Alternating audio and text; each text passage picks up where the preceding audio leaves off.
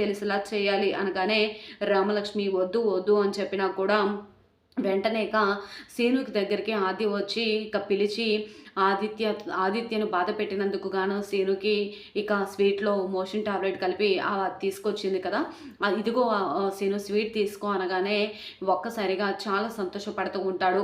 ఈ జన్మకి ఇది చాలు, నువ్వు విషయం కల్పించిన తింటాను ఆద్య అనగానే, అంతవరకు ఎందుకు, నువ్వు అలా మాట్లాడితే నాకు చాలా బాధగా ఉంటుంది సీను అని అంటూ ఉంటే, ఆద్య మీద తనకి ఎంత ప్రేమ ఉందో అని చెప్పేసి సీను మురిసిపోతూ ఉంటాడు.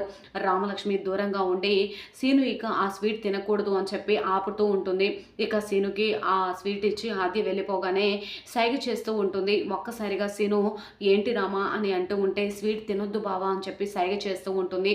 ఏమైంది అనగానే, అందులో ఆద్య మోషన్ టాబ్లెట్ అది కలిపింది అనగానే ఒక్కసారిగా సీను షాక్ అయిపోతాడు. అమ్మ ఆద్య, నువ్వు ఆదిత్య గుడికి వెళ్ళాలని చెప్పి ఈరోజు నన్ను గుడికి రాకుండా చేయాలని ఇదంతా చేస్తావా అనగానే, అప్పుడే అటువైపుగా వెళ్తున్న చారు, ఏంటి బావ ఇది స్వీటా, ఒకసారి ఇవ్వు అని చెప్పేసి స్వీట్ తీసుకొని దబదబా తినేస్తూ ఉంటుంది. అయ్యో అని చెప్పి రామలక్ష్మి షాక్ అయిపోతుంది. అప్పటికే చారు ఆ స్వీట్ అంతా కూడా తినేయడంతో ఒక్కసారిగా సీను అలాగే రామలక్ష్మి చూసి షాక్ అయిపోతారు. ఆద్య అలాగే ఆదిత్య గుడికి వెళ్ళిపోతారు కదా. ఆద్య మాత్రం సీను ఆ స్వీట్ తిని మోషన్ ఇది అవుతూ ఉంటుంది. ఎలాగైనా తను ఇబ్బంది పడుతూ ఉంటాడు, ఆదిత్య బాధ తెలియాలి అని చెప్పేసి అనుకుంటూ ఉంటుంది కదా. కానీ ప్లాన్ అంతా రివర్స్ అయిపోయింది. పాపం చారు ఏం తెలియకుండానే ఆ టాబ్లెట్ కలిపిన స్వీట్ తిని తను ఇబ్బంది పడుతూ ఉంటుంది.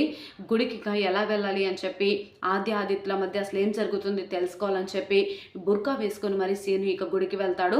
సీను బండారం మరి ఆద్య అలాగే ఆదిత్య బయట పెట్టబోతున్నారా, ఎందుకు ఇలా చేసావని చెప్పి ఆదిత్య సీనుని అరవబోతుందా, నుంచి నువ్వంటే నాకు ఇష్టం లేదు, నేను ఆదిత్యనే పెళ్లి చేసుకోవాలనుకుంటున్నాను, ఎందుకు ఇలా చేస్తున్నావు అని చెప్పేసి ఆద్య గట్టిగానే ఆదిత్య గురించి సీనుకి వార్నింగ్ ఇవ్వబోతుందా, అసలు ఏం జరుగుతుంది అనేది తెలుసుకోవాలనుకుంటే